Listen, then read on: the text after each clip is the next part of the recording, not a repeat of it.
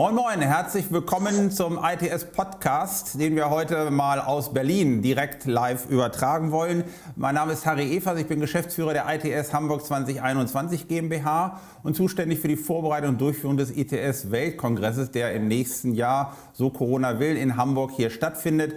Hamburg hat sich dazu gemeinsam mit dem Ministerium für Verkehr und digitale Infrastruktur gemeinsam beworben. Wir haben den Zuschlag bekommen und ich freue mich ganz besonders, dass Minister Scheuer Zeit gefunden hat, mit uns gemeinsam ein paar Themen und Inhalte zu besprechen und natürlich auch ein paar Fragen zu antworten. Herr Scheuer, schön, dass Sie heute dabei sind. Moin Moin. Ja, ein Jahr noch, dann schaut letztendlich die Welt auf Hamburg. Und dann ist Deutschland im Mittelpunkt dem Thema Mobilität zugewandt. Und ich freue mich an der Stelle, dass gerade mit Ihrem Ministerium, was ja gemeinsam für Deutschland und Hamburg diesen Weltkongress beworben hat, der Zuschlag nach Deutschland gekommen ist. Wir hatten eine harte Konkurrenz mit Dubai, mit Barcelona, mit Mailand. Und in den letzten Jahren haben wir natürlich die Gelegenheit genutzt, diese Themen vorzubereiten. Wir hatten in Summe 3 Jahre Zeit und genau dazu würden wir Ihnen jetzt einige Fragen stellen und die paar Themenfelder, die dahinter sind. Insofern, was meinen Sie aus Sicht der Bundesregierung und speziell aus Ihrem Ministerium? Welche Chancen haben wir durch den Weltkongress im nächsten Jahr, was wir der Welt kommunizieren können? Ja, der ITS-Weltkongress ist eine Reise in die Zukunft. Ich könnte eine ganze lange Liste erwähnen über autonomes Fahren, intelligente Verkehrssysteme, On-Demand-Geschäftsmodelle, automatische Ticketsysteme im ÖPNV, Elektromobilität, smarte Logistik und digitaler Hafen. Also die Herausforderungen sind groß, die Mobilität und die Logistik verändern sich rasant und wir haben viele Herausforderungen. Wir müssen die Klimaziele erreichen, wir wollen die Straßen entlasten, wir wollen aber trotzdem gute, sichere und verlässliche Mobilität ermöglichen, gerade nicht nur in einer Metropolregion, sondern natürlich auch im ländlichen Raum. Also die Potenziale sind gewaltig und mein Haus steht für viele dieser Entwicklungen in vielen unterschiedlichen Bereichen. Deswegen haben wir versucht, das in einem mal zu bündeln, nämlich in der nationalen Plattform Zukunft der Mobilität, bei der 240 Experten dafür diskutieren, wo die Zukunftsfragen der Mobilität und die Handlungsempfehlungen zu verorten sind. Und der ITS-Weltkongress in Hamburg bietet da Möglichkeiten, das Ganze zu entdecken und natürlich auch eine gewisse Schaufensterfunktion für Made in Germany. Ich bin gespannt auf das internationale Publikum. Wir hoffen natürlich alle, dass diese außerordentliche Zeit dieser Corona-Pandemie uns in eine Lage versetzt, Neues dazuzulernen. Ich sage es jetzt positiv, aber natürlich werden wir auch beim Weltkongress sehen, dass es Entwicklungen aus diesen Monaten heraus gibt, die Mobilität und Logistik in einer einzigartigen Situation verändern. Also Reise in die Zukunft und wir sind alle sehr konzentriert, weil wir natürlich auch begeistern für die Zukunft. Ja, danke schon mal für den Zukunftsblick, den wir auch hier in Hamburg sehr intensiv bearbeiten. Wir haben inzwischen über 40 Demonstrations hier in der Anmeldung, was man dann zum Weltkongress auch wirklich zeigen und miterleben kann. Das sind viele Themen, viele Projekte, die aus Hamburg, aber auch ganz Deutschland kommen. Und ich glaube, das wird etwas sein, was zum Anfassen ist, was zum Erleben ist und genau darauf gucken wir. Da aber die Mobilität der Zukunft natürlich gerade etwas für die Jugend von heute ist, haben wir uns auch hier mit unserem Young Talents Team gemeinsam zu diesen Themen geäußert und haben auch einige Fragen aufgenommen. Einfach mal, was die Jugend denn zukünftig bewegt, was für Mobilität wichtig ist. Eine Frage dazu war natürlich, wie die Technologie für alternative Kraftstoffe, Elektromobilität oder Wasserstoff zusätzlich kommt. Vielleicht haben Sie dazu einen Input oder eine Idee, weil das war letztendlich für die nächsten 10 Jahre herausgesucht eine Frage, die wir hier mal zusammengefasst haben. Ja, wir müssen uns beeilen. An den Herausforderungen ist natürlich gerade der Verkehrssektor bei den Klimazielen gefordert. Wir müssen 42% der Emissionen im Vergleich zu 1990 einsparen. Dabei setzen wir auf mobil und digital zu verbinden. Dabei setzen wir auf einen technologieoffenen Ansatz und wir wollen natürlich alle Verkehrsträger in den Blick nehmen. Natürlich ist die Elektromobilität jetzt ein großer Schwerpunkt. Wir brauchen 7 bis 10 Millionen Elektrofahrzeuge bis 2030 allein auf deutschen Straßen.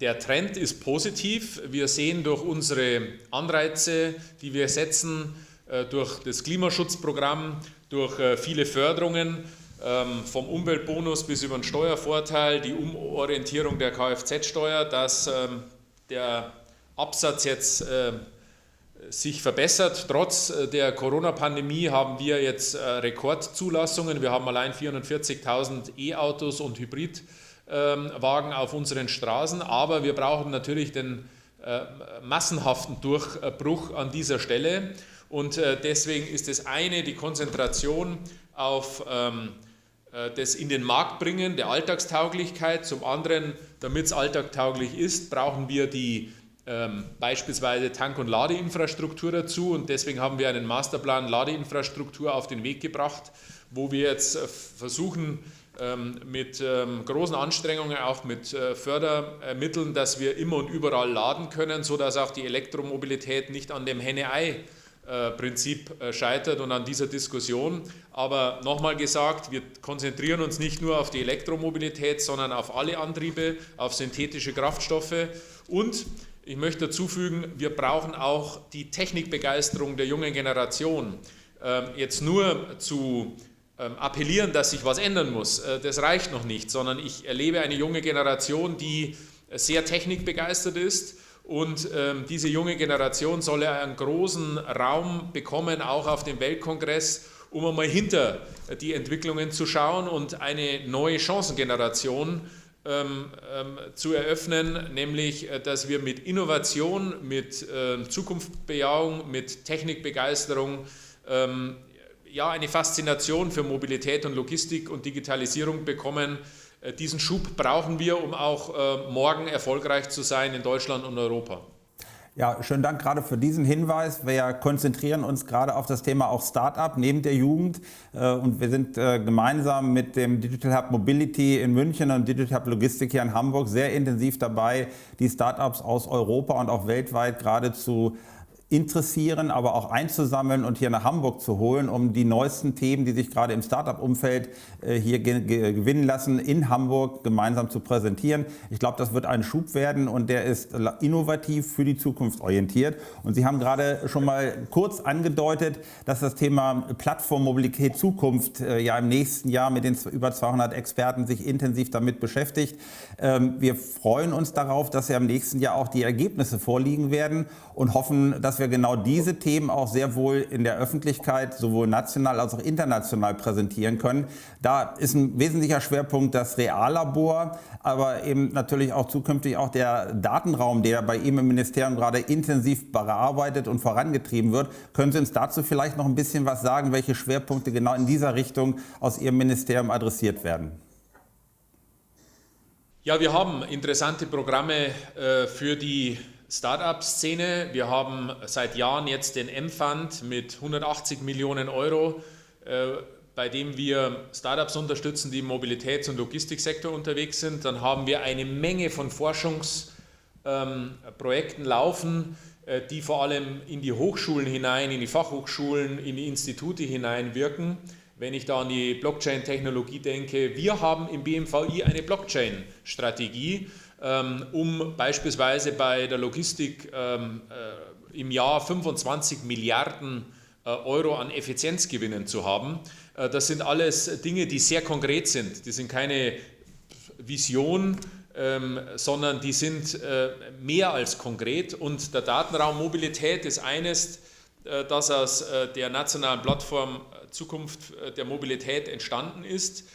Der Datenraum hat eine Denke, dass wir eben nicht den großen US-Konzernen unsere Daten zur Verfügung stellen, sondern dass wir im gesicherten Raum es möglich machen, dass wir die Mobilität mit dieser Verbindung mobil und digital in dem Datenraum Mobilität so managen, dass wir nicht nur die Hardware sehen, die in der Mobilität unterwegs ist, der LKW, das Auto, der Bus, der Zug, sondern vor allem mit diesem Datenraum eine Plattform schaffen, damit alle an diesem Markt gesichert teilnehmen können. Das heißt, der hohe Anspruch für die Bürgerinnen und Bürger ist die Datensicherheit. Wir haben eine Datenverantwortung, aber um neue Geschäftsmodelle zu entwickeln, brauchen wir natürlich die Daten, um Mobilität von morgen zu managen.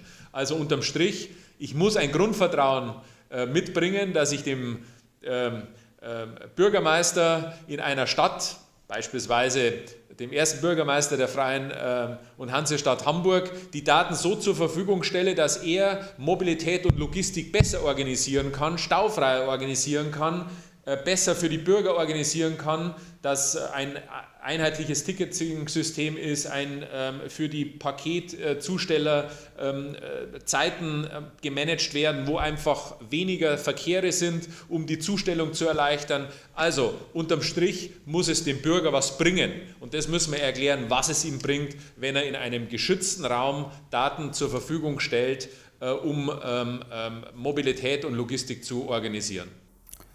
Okay, danke dafür. Sie haben 2 Stichworte genannt, auf die ich noch kurz eingehen möchte.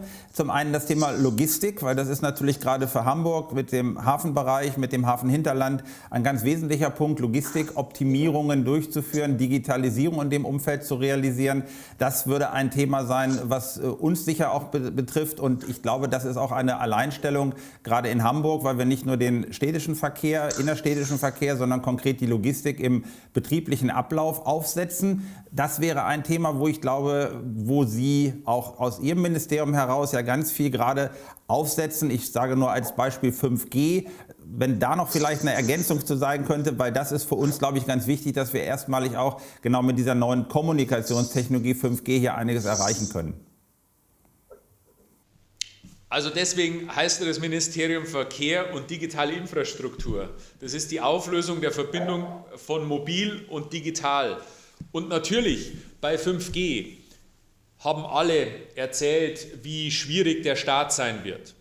Haben alle erzählt, dass Deutschland vielleicht ins Hintertreffen gerät. Nein, nach diesen ersten Erfahrungen nach der Frequenzvergabe haben wir die Situation, dass wir mit Campuslösungen, dass wir mit einer Abdeckung von 5G jetzt schon ganz vorne dabei sind. Und was brauchen wir aus 5G? Natürlich die Anwendungen in der Mobilität, in der Logistik. Ich kann um die Messe in Hamburg autonom fahren. Warum? Weil ich ein Testfeld implementiert habe, gefördert vom BMVI, das natürlich auch dann auf 5G basieren wird. Wir haben in der Hafen City Universität Hamburg ein 5G-Projekt vergeben, damit man die Logistik in einem Industriebetrieb, in einem Logistikzentrum besser organisieren kann. Wir haben das digitale Testfeld am Hamburger Hafen. Wir haben das Management mit Urban Air Mobility, mit Drohnentechnologie im Bereich der Gesundheitsinfrastruktur jetzt schon in Hamburg mit Versuchen, mit Piloten, mit aber wirklich auch Geräten, die miteinander kommunizieren und das wird die Zukunft sein. Und auf den langlaufenden Verkehren wird es dazu kommen, dass sich LKWs miteinander verbinden, also das sogenannte Platooning, dass wir über die Latenzzeiten reden, dass wir hochspannende Kombinationen haben. Mit dem Platooning schaffe ich wiederum Effizienzgewinne beim Verbrauch von um die 10%. Das sind alles Dinge, die jetzt schon getestet werden, die keine Zukunftsmusik sind irgendwo in kleinen Anwendungen in Hinterzimmern, sondern das ist jetzt schon im Test und das Schaufenster Hamburg bietet dazu für den Weltkongress eine ungeahnte Chance, auch für Made in Germany. Okay, dann eine letzte Frage, weil das haben Sie gerade selber noch erwähnt, da würde ich noch kurz drauf eingehen wollen, das Thema Drohnen, UAM.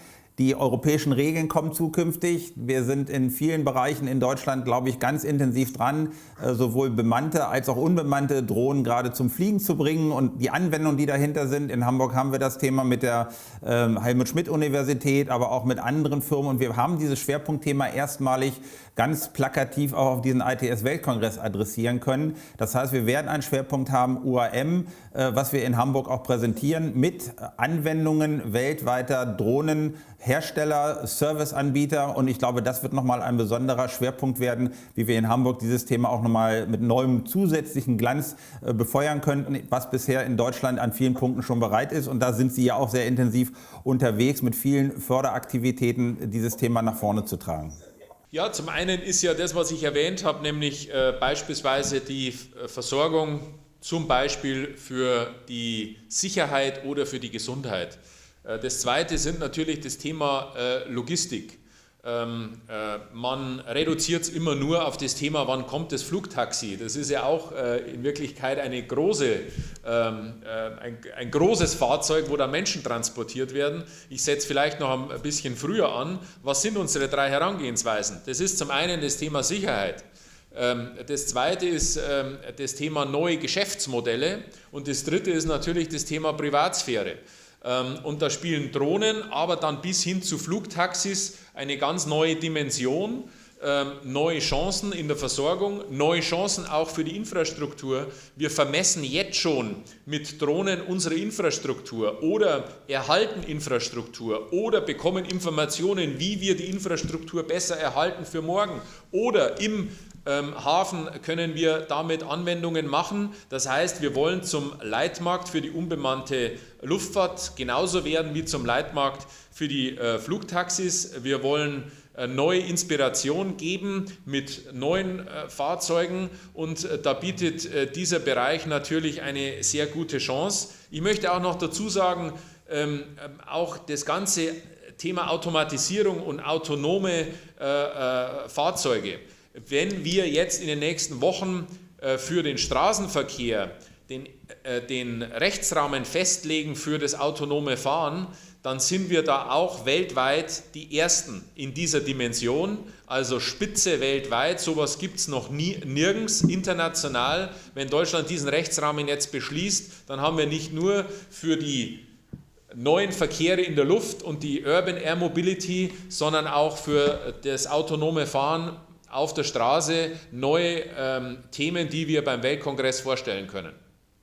Herr Minister Scheuer, ich hätte es jetzt nicht besser noch mal zusammenfassen können. Ich glaube, man kann gespannt sein und sich darauf freuen, was im nächsten Jahr auf uns zukommt. Wir werden versuchen, alles das, was Sie heute schon mal erwähnt haben, auch hier auf die Straße und in die Luft zu bekommen. Ich bedanke mich recht herzlich für dieses Gespräch mit Ihnen, heute aus Berlin live dazugeschaltet. Und ansonsten für die ITS-Community, wir sehen uns wieder beim nächsten Podcast auf diesem Kanal. Recht schönen Dank.